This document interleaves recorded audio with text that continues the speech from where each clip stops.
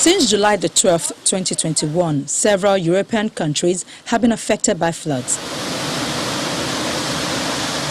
Some catastrophic, causing death and widespread damage. Germany, with at least 177 deaths, says the floods are the deadliest natural disaster since the North Sea flood in 1962. Sans aucun précédent. While the Belgian government says it is one of the greatest natural disasters the country has ever known. These are few of the extreme weather events this year that renew the focus of many around the world on the dangers of climate change. According to a new NASA study, coastal flooding is a far more urgent problem than previously thought.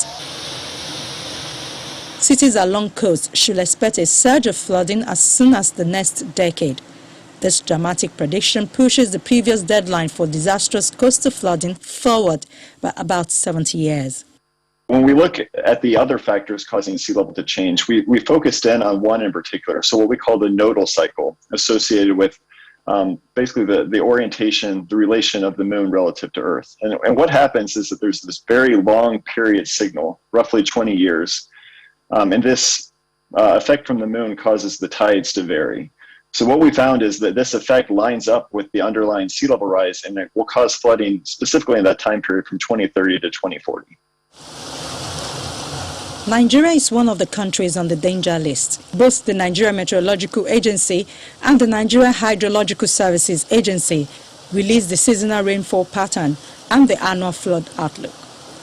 And even the early warning we are doing providing impact-based, and not only to say that it will rain over Kaduna, but how much amount of rain will fall in Kaduna, and could that trigger any extreme event or flood, etc. So most of our focus are now shifting into impact-based.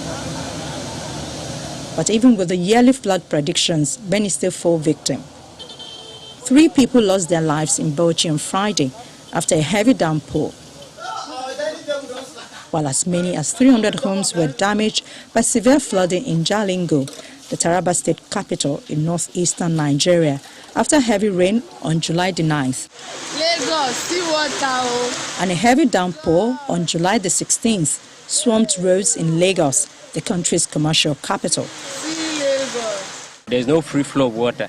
As you can see, starting from this Otumba Street, Ballet Street, Mama's Bar Street, you go to Top 10. Everywhere is flooded.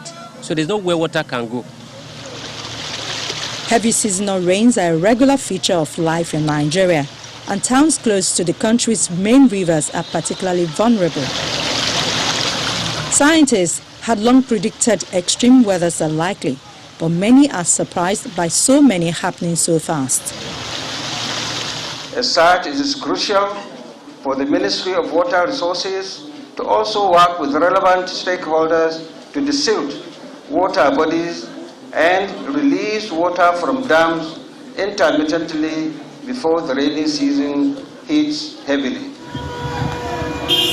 Cities across Nigeria are not only affected by the floods because of rising sea level and runoff from rivers, but also because drainage systems are in disrepair and often clogged with debris with poor urban planning. And if the impact of flooding is to be reduced, apart from resolving these issues, a greater cooperation with Nigeria's neighbors in the control of river levels will need to be achieved.